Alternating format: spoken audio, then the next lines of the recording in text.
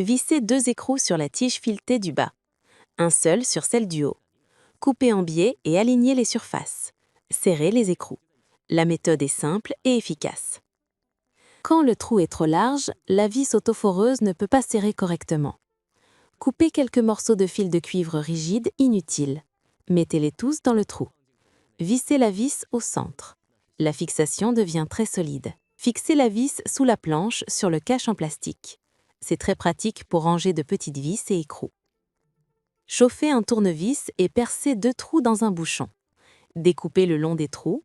Coincez le câble de charge abîmé dans le bouchon. Remplissez de colle chaude.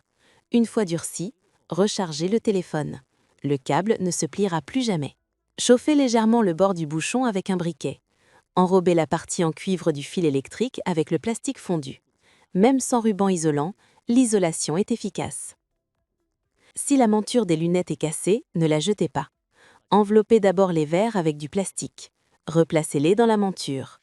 Alignez correctement la jonction. Coupez les extrémités d'une agrafe. Placez-la sur la fissure. Faites-la fondre dans le plastique avec un fer à souder. Enroulez du papier abrasif autour d'un stylo. Poncez jusqu'à obtenir une surface lisse. Pulvérisez de la peinture sur un coton-tige. Appliquez-la uniformément sur la réparation. Remettez les verres, c'est solide comme neuf.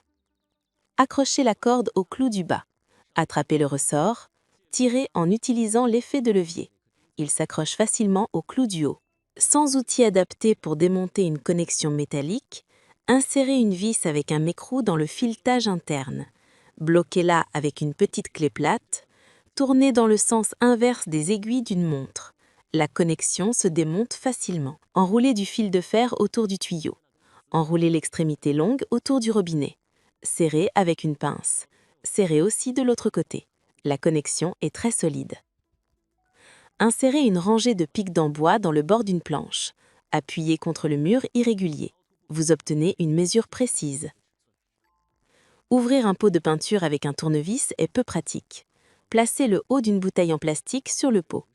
Chauffez avec un pistolet thermique pour rétracter et sceller. Verser la peinture devient beaucoup plus facile.